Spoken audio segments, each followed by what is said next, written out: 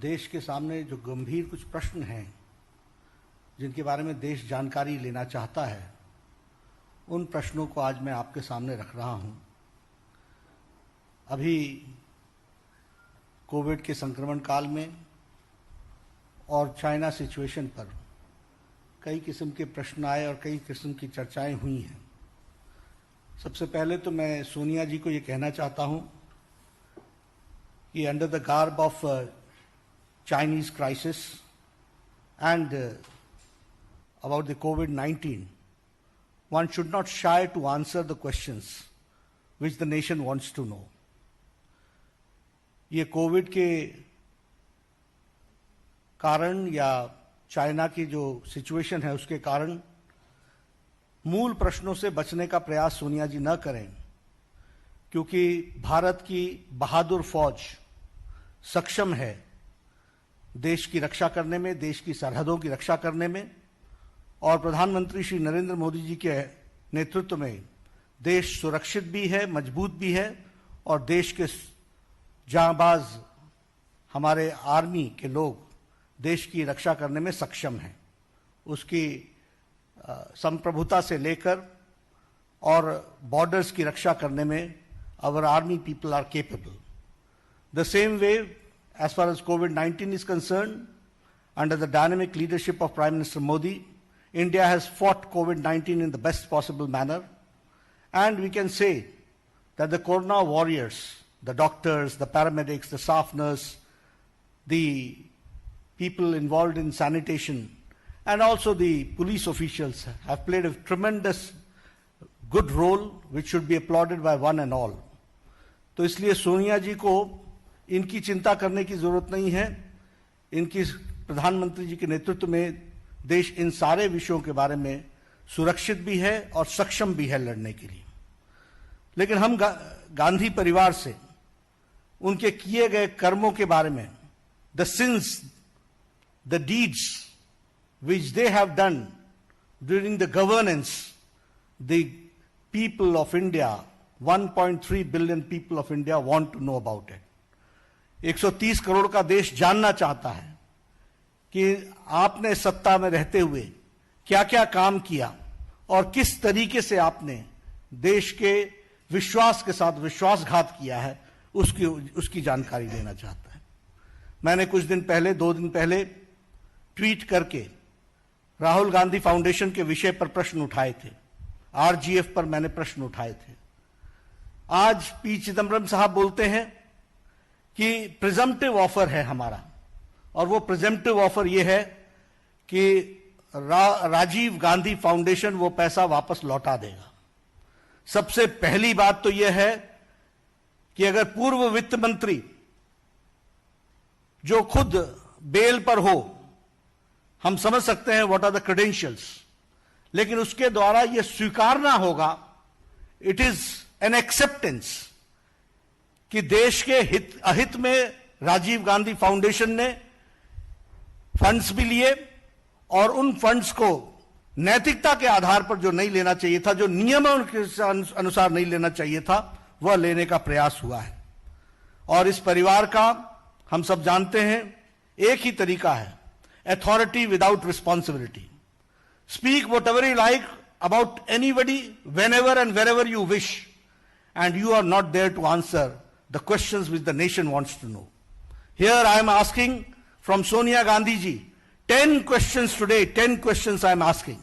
And the nation wants to know, the country wants to know, the country fellow wants to know that what is the answer which he can give. First question is, that countries like China has donated through Chinese embassy to Rajiv Gandhi Foundation from 2005 to 2009. आज सुबह मुझे बताया गया कि एक ही बार लिया है। It is a continuous flow of money from Rajiv Gandhi Foundation, from Communist Party of China, from the Chinese government through Chinese embassy. Not only this, the tax havens of Luxembourg donated Rajiv Gandhi Foundation every year between 2006 to 2009. Now you can understand, Luxembourg the tax havens, जहां हवाला में हवाला होता है, ऐसी जगह से Rajiv Gandhi foundation को पैसा मिलना यह किस बात को इंगित करता है? The same way NGOs and companies who had deep commercial interests, they have donated money to Rajiv Gandhi Foundation. देश जानना चाहता है, first of all, it's a shame. It's a sacrifice of the national interest by accepting money from foreign powers in personal trust. This is what I would like to say straight and forward. That it is a shame sacrificing the national interest by accepting money from foreign powers in personal trust. And the country wants to know what conspired between Rajiv Gandhi Foundation and the government of Chinese embassy, government of China. This is the first question which I would like to raise. The second question is कि एक बहुत जल्दी थी. There was tremendous hurry to enter into the East Asia FTA, जिसको हमने बाद में RCEP के नाम से जाना, Regional Comprehensive Economic Partnership. What was the haste? What made Kamal Nath to commit that yes, we will be part of this East Asia FTA, in which China was also there? यह प्रश्न देश जानना चाहता है और यहीं पर नहीं रुकता है. पैरेलली जब हमने अपने आप को ईस्ट एशिया एफटीए के साथ इंगेज करना शुरू किया, जिसको 2019 में आरसेप के नाम पर भारत के यशस्वी प्रधानमंत्री मोदी जी ने 15 देश एक तरफ रहने के बावजूद 16वां देश भारत ने अपने आप को अलग किया, यह कहते हुए कि this is not in the interest of farmers, this is not in the interest of MSME sector, this is not in the interest of the labourers and this is not in the interest of the agriculture. इसको ध्यान में रखते हुए मोदी जी ने इससे अपने आप को अलग किया. लेकिन जब ये इसमें हम इंगेज हो रहे थे, ईस्ट एशिया जो आरसेप के नाम से जाना जाता है, ईस्ट एशिया एफटीए, तो पैरेलली भारत का चाइना के साथ डेफिसिट ट्रेड 2003 में जो 2004 में 1.1 बिलियन था, वह बढ़कर के 2013-14 में 36.2 बिलियन हो गया. And this was a deep crisis and weakening of the Indian economy done during the UPA regime. Now this second question is, what was the need to be in a hurry to come to engage in RCEP? Number one. Number two, the question is that parallelly, how the India's trade deficit gained, and from 1.1 billion dollars, it reached to 36.2 billion dollars, US dollars. This is what we have to understand. क्या ये quid pro quo तो नहीं था? ये कहीं Chinese embassy के द्वारा Rajiv Gandhi foundation को पैसे के कारण ये क्विड प्रो को तो नहीं था. यह भारत की जनता जानना चाहती है. The third question which I would like to say, what is the exact relationship between Indian National Congress and the Communist Party of China? What is the MOU? What is the unsigned MOU and what is the signed MOU? What is the tacit understanding between Congress Party and the Communist Party of China? The country wants to know, and country wants to know the details of the MOU, signed and unsigned, the tacit understanding which has taken place between which takes care of the interest of Chinese or China government through the Indian National Congress. My fourth question is that the Rajiv Gandhi Foundation, RGF, worked in close association with China Association for Internationally Friendly Contact. Rajiv Gandhi foundation RGF ने बहुत closely, बहुत नजदीकी से काम किया Chinese association for internationally friendly contact. और ये जो संगठन है China association for internationally friendly contact, this is a vehicle used by Central Military Commission of China.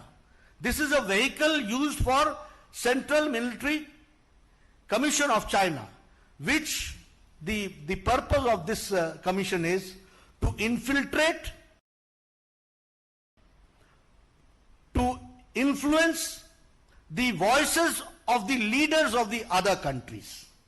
Now I would like to know, what was the role of Rajiv Gandhi Foundation with the friendly contact of Association China Association of Indian Internationally Friendly, and what was the relationship between Central Military Commission of China, which was trying to infiltrate and influence the policymakers of our country and trying to influence their voices, इसके बारे में हम जानना चाहते हैं। और इसके साथ साथ हम यह भी जानना चाहते हैं कि how much influence and infiltration was done by Chinese government through this Rajiv Gandhi Foundation. So this is my fourth question. Now I come to the fifth question. I have asked 4 questions about the involvement of Chinese government with Rajiv Gandhi Foundation. Now the fifth question is related to the PM National Relief Fund. The country would like to know कि प्रधानमंत्री national relief fund जो लोगों की सेवा करने के लिए है, जो लोगों के हार्ड अर्न मनी है, जो लोगों की राहत पहुंचाने के लिए है, जो प्रधानमंत्री के माध्यम से जनता जनार्दन की सेवा के लिए है, उसमें से 2005 से लेकर 2008 तक राजीव गांधी फाउंडेशन को पैसा क्यों गया? Why the money was diverted from PM National Relief Fund from 2005 to 2008 to Rajiv Gandhi Foundation? This is the question which the country and my country fellow men wants to know. हमारे देशभक्त जानना चाहते हैं। हमारे देश की जनता जिन्होंने पूरी ताकत के साथ प्रधानमंत्री नेशनल रिलीफ फंड को मजबूती प्रदान की, हार्ड अर्न मनी दिया, वह उसका पैसा को राजीव गांधी फाउंडेशन में क्यों डाइवर्ट किया गया? I would also like to know that UPA government में it was forced for multiple ministries like MHA, MHRD, Health Ministry, PSUs like SAIL, like GAIL, like SBI, ONGC, इनको RGF को fund release करने के लिए force किया गया। मैं ये जानना चाहता हूं कि ये लोगों का hard earn money, my fifth question is the hard earned money of the people, why it was transferred and diverted to Rajiv Gandhi Foundation, which is a personal trust. What intention was there? इसमें intent क्या था? यह देश की जनता जानना चाहती। कारण क्या था? किस लिए दिया गया? यह सरकार, मनमोहन सिंह की सरकार, यह राजीव गांधी फाउंडेशन की सेवा के लिए लगी हुई थी या गरीब जनता की सेवा के लिए लगी हुई थी? सोनिया गांधी जी के इंटरेस्ट को वॉच करने के लिए लगी थी या गरीब जनता की सेवा के लिए लगी थी? यह विषय हमको जानने की जरूरत है और यह देश भी जानना चाहता है। Rajiv Gandhi foundation took hefty donations from major Indian corporates और लोगों के लिए गरीबी का नारा लगाते रहे। The rhetoric was about poor people, गरीबी के बारे में बोलते रहे, लेकिन कॉर्पोरेट्स के साथ बड़े डोनेशंस लिए गए और बड़े डोनेशंस के जगह पर हेफ्टी कॉन्ट्रैक्ट्स दिए गए और यह था क्विड प्रो को। इसको कहते हैं क्विड प्रो को। एक तरफ से पैसे लिए गए और उसी माध्यम से, उनके इन्फ्लुएंस से हेफ्टी डोनेशंस भी लिए गए और हेफ्टी कॉन्ट्रैक्ट्स भी दिए गए। यह मेरा छठा प्रश्न है। मेरा सातवां प्रश्न है कि प्रधानमंत्री नेशनल रिलीफ फंड का ऑडिटर कौन है? Who is the auditor of PM National Relief Fund? The auditor was Thakur, Vaidyanathan and Iyer Company. This was founded by Mr. Rameshwar Thakur, who happened to be the Minister of Finance, State Minister, Union State Minister of Finance. अब आप देखिए national interest कैसे compromise होते हैं। And he was MP of Rajya Sabha for 2 terms. And he was governor of 4 states, 4 states का वो governor था। तो ऐसे Rameshwar Thakur his company was the auditor of PM National Relief Fund for decades together, Country wants to know कि ऐसे लोगों को इस तरीके का कॉन्ट्रैक्ट देकर के क्या सरकार करना चाह रही थी? और आपको यह भी मालूम होना चाहिए कि PM नेशनल रिलीफ फंड में एक ट्रस्टी इंडियन नेशनल कांग्रेस का प्रेसिडेंट भी है। इसलिए मैंने कल आरोप लगाया था कि PM नेशनल रिलीफ फंड का trustee Sonia Gandhi, PM Rajiv Gandhi foundation का की चेयरपर्सन सोनिया गांधी खुद पैसा निकालो और खुद अपने ट्रस्ट में डालो। Nation wants to know, country wants to know, ये मैं आपको बताना चाहता हूं, देश के लोग जानना चाहते हैं। राजीव गांधी फाउंडेशन को आज 2019 में 100 करोड़ का corpus as on evaluated on 2019। मैं जानना चाहता हूं कि राजीव गांधी फाउंडेशन को जवाहर भवन के नाम पर वह जमीन करोड़ों की परपेचुअल लीज पर कैसे दी गई? Why was it given and why was it selected only to be given at such a costly place on a perpetual lease? यह भी देश जानना चाहता है। डॉक्टर मनमोहन सिंह ने 100 करोड़ रुपए इनको 1991 के बजट में दिया। उसके बाद कंटिन्यूअस मिनिस्ट्रीज ने, वेरियस मिनिस्ट्रीज ने इनकी फंडिंग की, पीएसयूज ने फंडिंग की। But now the people of India wants to know that why the accounts of Rajiv Gandhi foundation refuse for the CAG auditing. क्यों ऑडिटिंग नहीं हुई? Why it was refused? Why RTI was not applicable in Rajiv Gandhi foundation? ये इनके अधिनायकवाद का, ये इनका अहंकार का सूचक है। ये कुछ भी कर गुजरेंगे, नियम को धत्ता दिखाएंगे, कानून को धत्ता दिखाएंगे, लेकिन उसके बावजूद भी जो मर्जी होगी वो करेंगे। और आज हम ये जानते हैं कि यह न इसकी सीएजी ऑडिटिंग है और न ही ये आरटीआई के अंदर आता है। ये क्या कारण है? कंट्री वांट्स टू नो, ये मैं आपके सामने बोलना चाहता हूं। और मैं डॉक्टर मनमोहन सिंह से कहूंगा कि what is Sonia Gandhi to hide, number 1, and number 2, Manmohan Singh ji, what have you to say on this monumental loot and the organised plunder of public money? What has Manmohan Singh to say about this monumental loot and about the plunder of the public money?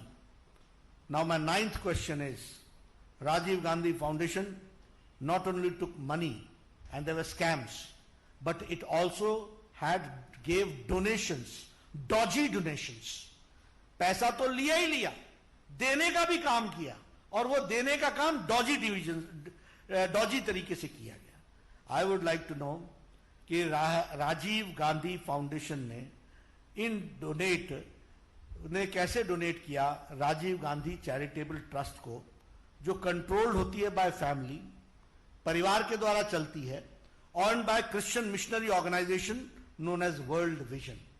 अब आप देखिए, public money को trust में लाओ, trust से private trust में transfer करो, और प्राइवेट ट्रस्ट में ट्रांसफर करके उसको अपने निजी स्वार्थों के लिए इस्तेमाल करो। यह काम पकड़ा, और ऑडिट मत कराओ, आरटीआई ना पूछने दो। यह 21वीं शताब्दी के भारत में चल रहा था, यह इस तरीके की गतिविधि चलती रही। Now my 10th and the last question is, आपने बड़ा हल्ला किया, बहुत हल्ला किया मोहिल चोकसी के बारे में, गले फाड़ फाड़ कर मोहिल चोकसी की बात की आपने, जोर जोर से बात की। और ये जो हमारे शहंशाह है, शाही शहंशाह, इन्होंने भद्दे शब्दों का इस्तेमाल करते हुए शब्दों की भी गरिमा नहीं रखी। मैंने उस दिन भी कहा था कि शब्दों के चयन से परिवार के संस्कार का पता चलता है। We come to know about the tradition, about the families tradition, but which type of language they use for honourable prime minister, we all know. कैसे शब्द इस्तेमाल किए। लेकिन मैं यहां, मेरा अंतिम प्रश्न, 10वां प्रश्न है कि मोहिल चौकसी से आपने राजीव गांधी फाउंडेशन में पैसा क्यों लिया, और आपने मोहिल चौकसी को लोन क्यों दिया, और यह सब करने के बाद बदनाम करने के लिए हमारे यशस्वी प्रधानमंत्री पर आरोप लगाते हो। देश जानना चाहता है कि मोहिल चौकसी से राजीव गांधी फाउंडेशन का क्या संबंध है, और आपने उसको लोन देने में किस किस प्रकार से मदद की है, यह देश जानना चाहता है। मित्रों, ये हाथी के दांत दिखाने के और हैं और खाने के और हैं। ये राजनीति लंबे समय तक आरोपित करके जिस तरीके से इन्होंने की है, भारत की जनता जाग चुकी है। मोदी जी के नेतृत्व में राजनीति की संस्कृति बदल चुकी है। Congress and corruption are synonym to each other, वह जा चुका है। आज सेवा भाव से भारत का विकास, सबका विश्वास और सबका साथ लेकर के चलने की बात है। और मैं रीइटरेट करता हूं भारतीय जनता पार्टी के राष्ट्रीय अध्यक्ष के दृष्टि से, हैसियत से, कि हमारी पार्टी यशस्वी प्रधानमंत्री श्री नरेंद्र मोदी जी के सारे कार्यक्रमों से पूरी ताकत से जनता तक पहुंचाएगी और विकास में अपना पूरा योगदान करेगी और भारत की तस्वीर बदलने में कोई कसर नहीं छोड़ेगी। और साथ ही साथ ये दोहरे चेहरे रखने वाले राजनेताओं को भी पर्दाफाश करने में हम कोई कसर नहीं छोड़ेंगे। हम इस बात को आपके सामने कहना चाहते हैं। आपने मेरी बात सुनी है, आपका बहुत बहुत धन्यवाद। देश से जो उठाए मैंने प्रश्न है, मुझे पूरा विश्वास है कि कांग्रेस पार्टी इस पर जवाब देने की हिम्मत करेगी। मैं चाहूंगा कि वह जरूर करे प्रजातंत्र के अंदर। धन्यवाद मित्रों। बहुत बहुत शुक्रिया।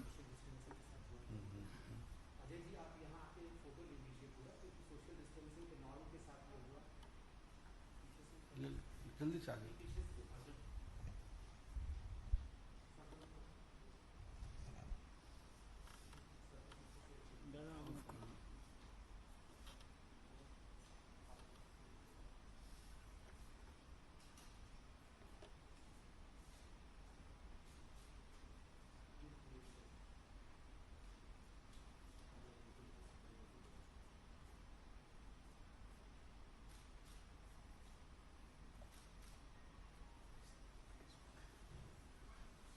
Thank you.